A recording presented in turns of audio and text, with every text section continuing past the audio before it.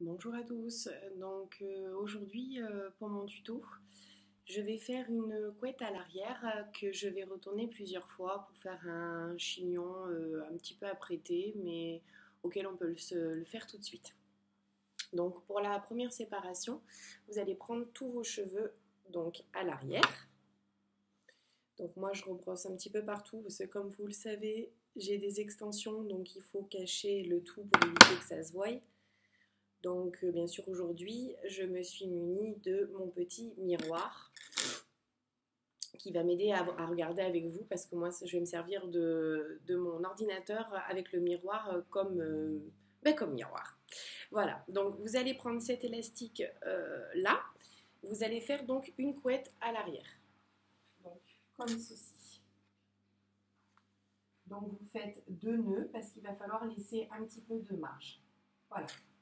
Donc ça, c'est la première séparation. Mes 2 mèches tombent sur le visage. Si vous avez par exemple une raie de milieu, et ben ça sera vos 2 mèches. Donc moi, c'est entre le milieu et le côté. Voilà, donc j'ai laissé mes petites mèches apparentes sur les côtés. Ça me va très bien comme ça.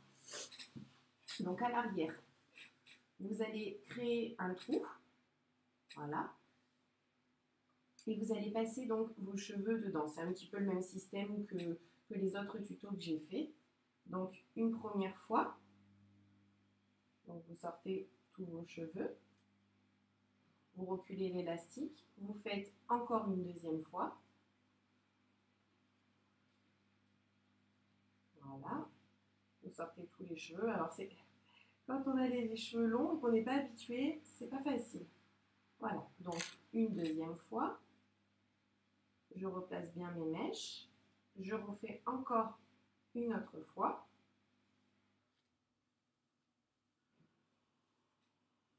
Voilà. Et on va refaire jusqu'à ce que vous vouliez, jusqu'à ce que vous voulez. Donc là, c'est un petit peu plus compliqué parce que le trou commence à se resserrer. Voilà. Et là, vous ressortez bien tout. Hop.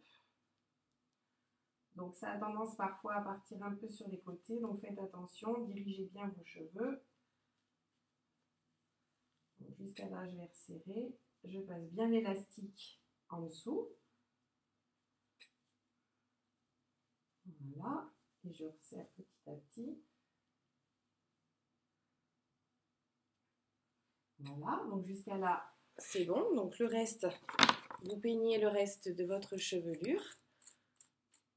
Voilà, pour que ça soit bien lisse. Soit vous le laissez comme ça, hein, ou soit vous allez le finir comme moi je vais faire en fait. Donc moi je vais le passer une dernière fois parce que je m'aperçois devant que c'est encore un peu long. Donc je vais le passer une dernière fois dedans le trou.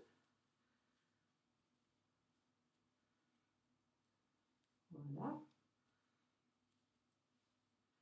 J'essaye comme je peux de créer ce lien-là.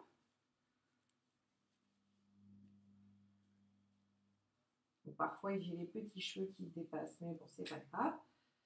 Hop, voilà. Parce que ça va souvent passer, si vous voulez, sur l'avant, puisque j'ai fait plusieurs tours.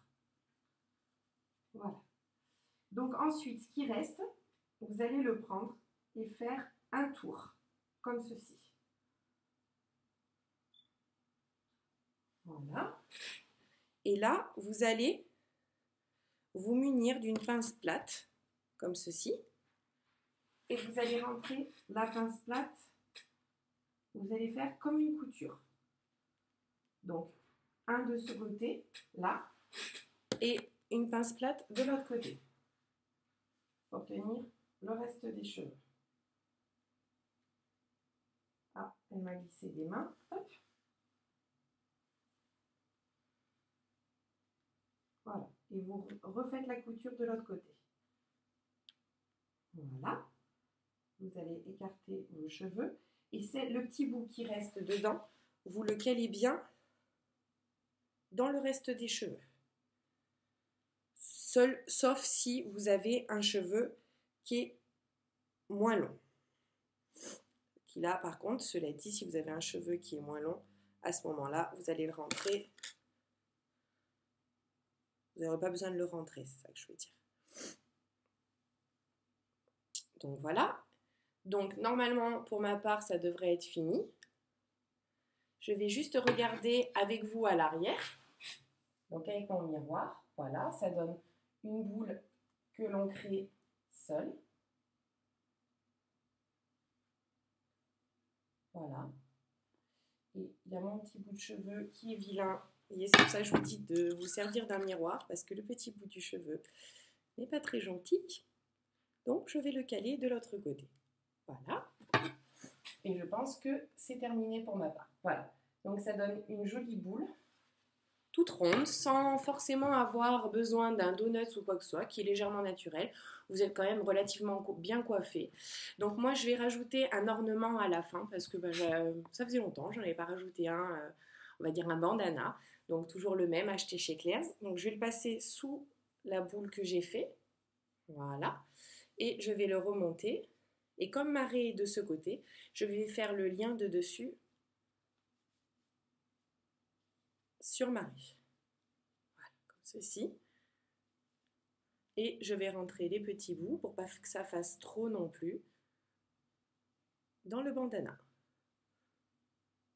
Voilà, comme ceci.